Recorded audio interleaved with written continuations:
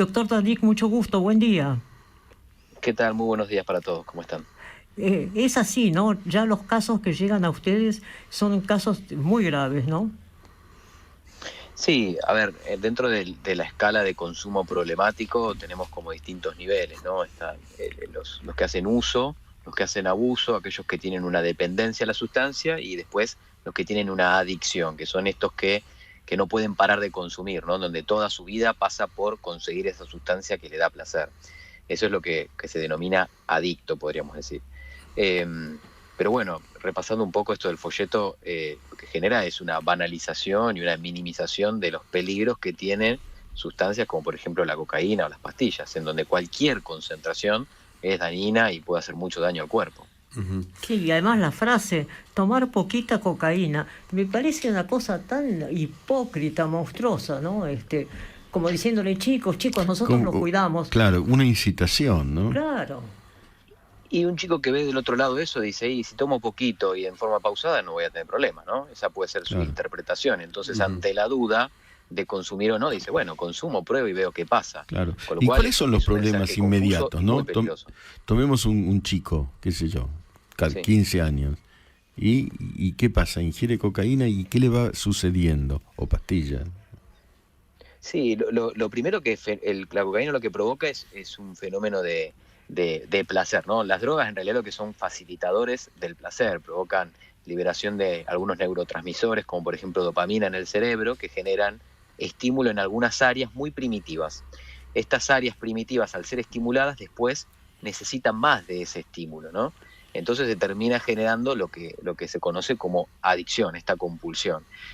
A edades más tempranas, el cerebro se va adaptando mucho más rápido, se va modificando mucho más rápido, ¿no? Esto se llama neuroplasticidad. Y esto va provocando un fenómeno, bueno, después es muy difícil de erradicar, ¿no? Que es el fenómeno adictivo. Ujú. ¿Qué tal, doctor? El folleto ¿Cómo dice, le... tomá despacio, fíjate cómo reacciona tu cuerpo y si no, llamás a, bueno, hasta el SAM, el Cedronar. Cuando los chicos que toman o pastillas o cocaína o alcohol, ¿no? Terminan en el hospital, ¿cómo están? A ver, según, depende de qué sustancia hayan tomado, ¿no? Y depende, por supuesto, la concentración. Pero bueno, lo que tenemos que resaltar es que aún pequeñas concentraciones pueden generar muchísimo daño en los Mm. chicos. Yo he visto chicos con fenómenos cardíacos, como por ejemplo con infartos por consumo de cocaína, chicos de 20 años, 17 años, chicos con arritmias, con alteraciones del ritmo del corazón por lo mismo, accidentes cerebrovascular, que son hemorragias cerebrales. Incluso hemos visto con una sola pastilla de éxtasis casos de deshidratación severa, casos de muerte súbita, de estar bailando y caerse de redondo por una pastilla, con lo cual, bueno, es muy variable, pero es muy peligroso, dependiendo Claro. de cada sustancia, ¿no? Sí, es como el consejo contrario, ¿no? Sí, es confuso y minimiza a la sustancia, tal cual. Todo lo que son las políticas de reducción de daño, que tampoco este es el caso, porque cuando hablamos de reducción de daño hablamos de el adicto, ¿no? Dentro de toda esa escala de consumo problemático, aquel que ya, bueno, estamos en el último nivel. O sea, pasamos por la dependencia y ahora estamos en la adicción y ahí esa persona no puede parar de consumir. Bueno, entonces lo que hace el Estado, por ejemplo Canadá o algún otro estado, Ajá, a ver. es trato de que el adicto se acerque a un centro y se administre la droga, pero no se contagie otras enfermedades como por ejemplo HIV, hepatitis o muera de frío o de hipotermia en la vía pública, ¿no? Pero claro, eso va pero acompañado de fuertes políticas de... la hepatitis no genera hábito. No, que no se contagie por la aplicación de la jeringa, porque Claro, se claro. aplica heroína, entonces se usa la misma jeringa y se contagian hepatitis, HIV y demás. Entonces, para evitar eso, es que se dan jeringas y se da material descartable para que no se lastimen. Eso es una política de reducción de daño, pero siempre va acompañada de fuertes políticas de concientización y de deshabituación. O sea, hacemos esto porque lo cuidamos, pero por otro lado tenemos que tratar de que corte y de que rompa ese ciclo. Si no es ridículo, ¿no?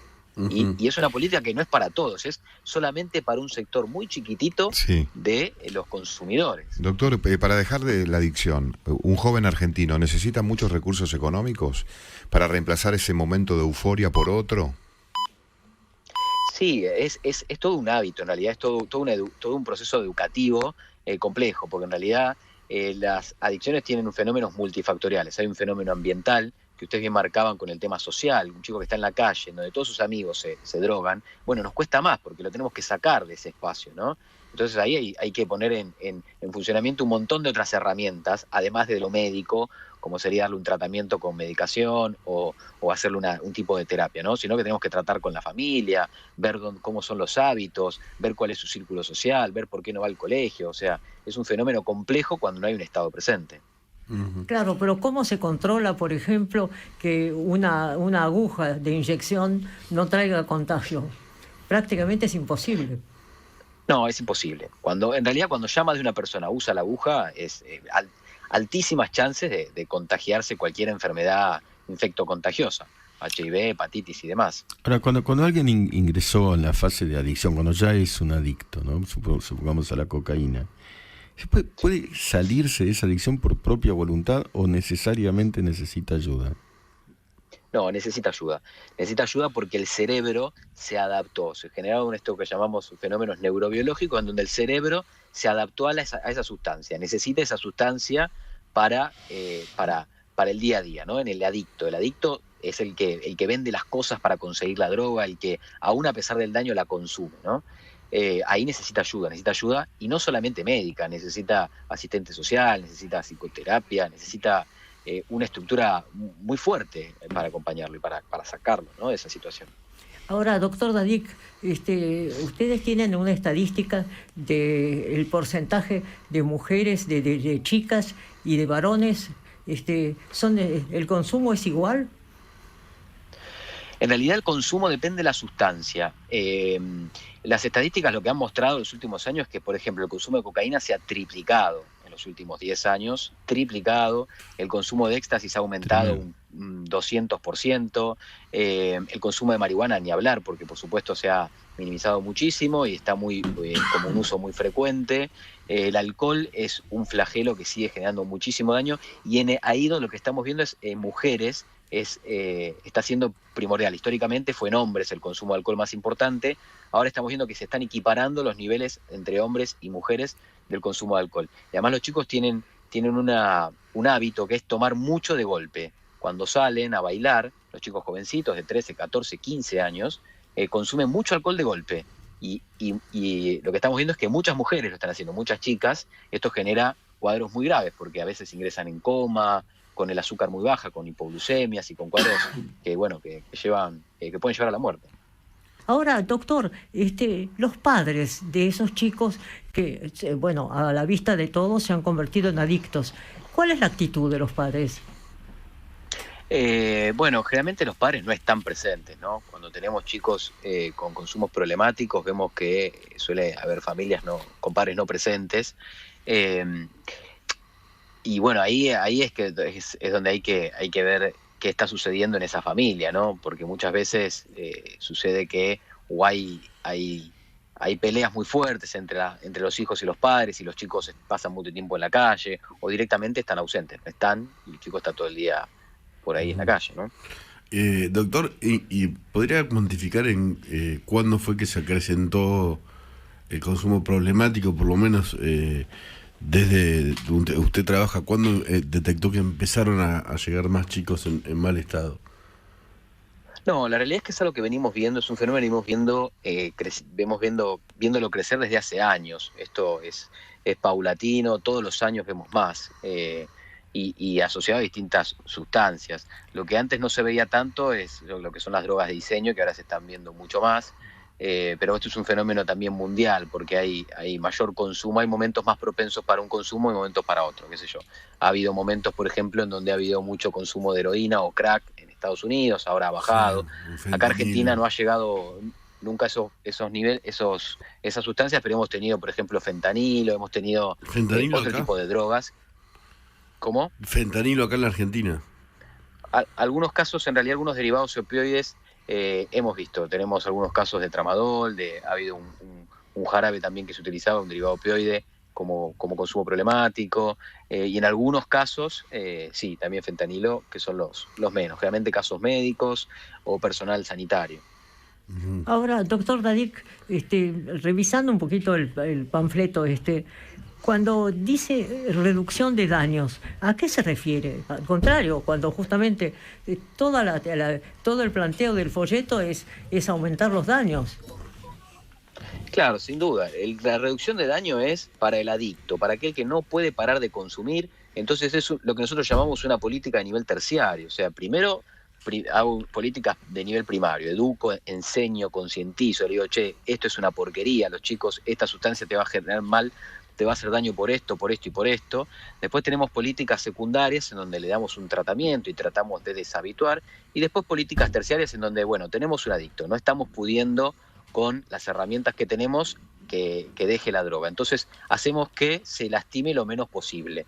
Para eso es que el Estado da ciertas herramientas. Mientras tanto, refuerzo la política 1 y la política 2 y lo trato de educar y lo trato de acercar a las instituciones y demás. Eso es una política de reducción de daño, pero no es para todo el mundo y genera confusión y vuelvo, banaliza los peligros que tienen los consumos, ¿no?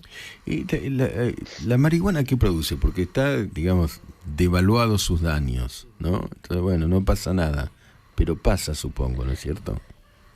Sí, la marihuana en realidad, el fumar marihuana primero tiene la toxicidad propia de la combustión del porro, ¿no? Sí. Del cigarrillo, que es muy parecida a la del tabaco. Y después tiene fenómenos también, puede provocar oligospermia, o sea, disminución en el movimiento de los espermatozoides, puede asociarse a infertilidad, y lo más habitual es el síndrome amotivacional. O sea, el consumidor crónico, generalmente son jóvenes que consumen constantemente marihuana, tienen esto que es el síndrome motivacional, en donde no tienen motivaciones, no tienen deseos, no trabajan, no estudian, se levantan y fuman un porro, van a jugar a la pelota y se fuman un porro, y están todo el día en ese ciclo de fumar y estar haciendo nada, ¿no? Esa es una de las complicaciones del consumo crónico de marihuana. Es una vida además, tristísima, además, ¿no? Sí, sin duda, porque además es una persona joven con muchísimo potencial que se pierde, ¿no? Hay un dibujito famoso, creo que era Vivid Zambaj, algo así, que eran dos chicos de Estados Unidos que miraban todo el tiempo, estaban sentados en un banco mirándose y riéndose. Sí. Bueno, es un poco eso. Bueno, elegante. Pierden claro. Elegante, no sé si es un fenómeno musical extraordinario en la Argentina, extraordinario. Ajá. Porque, digamos, es una cosa que no se entiende musicalmente, y bueno, es un pobre chico, digamos, en realidad Elian se llama, el producto musical. Ajá. Es defectuoso y hace un ejercicio muy declamativo del consumo de marihuana. Sí, hoy por hoy está muy aceptado socialmente, ¿no? Es como que los chicos lo primero es que los chicos ven en las casas, ¿no? Que el papá o la mamá fuman marihuana. Entonces ahí es donde empieza el problema, porque si papá y mamá lo hacen, yo también puedo hacerlo, ¿no? O si lo hacen en una fiesta, o si lo minimizan, o si lo escuchan, o si lo cantan, bueno, es algo que está normal. Un poco como pasa también con el alcohol. Si yo veo a papá borracho, y bueno, no está mal ponerse borracho, ¿no? Y alcoholizarse, es como dentro de lo normal. Y sí, por supuesto que tiene su prioridad. Además se mezcla mucho con el tema del aceite, que nada tiene que ver. Una cosa es el fumar un porro, que no se han demostrado beneficios sustanciales, y otra cosa es el aceite de cannabis, que tiene otro componente, que es el CBD, o debería tener, porque no hay un correcto control, que tiene otra función, ¿no? Ahora, doctor Dadik, con su amplia experiencia, ¿no? Estos volantes que han repartido en Morón, ¿no? ¿Cuál sería la manera, para no dejar pasar el tiempo, para disuadir a los chicos del consumo que el folleto, bueno, está ensalzando, ¿no? A ver, lo que hay que hacer es una política de concientización, hay que educar a los chicos, hay que enseñarles que la droga mata, que la droga lastima, que provoca un montón de daño, hay que ir a los colegios, hay que generar campañas de ese tipo, ¿no? Uh-huh. Que por supuesto faltan. Ese es el foco, y es lo primordial. Después hablaremos en alguna situación muy particular y con un grupo muy reducido de personas, de políticas de reducción de daño, pero lo más importante es que los chicos conozcan esto, porque la droga les pasa por adelante, ¿no? Al chico le pasa por encima, ve cómo su amigo consume cocaína, o cómo su primo fuma porro, o cómo esto pasa cotidianamente. Entonces hay que enseñarle qué es lo que provoca. Primero dar luz y ver qué es, ¿no? Que sepan qué es.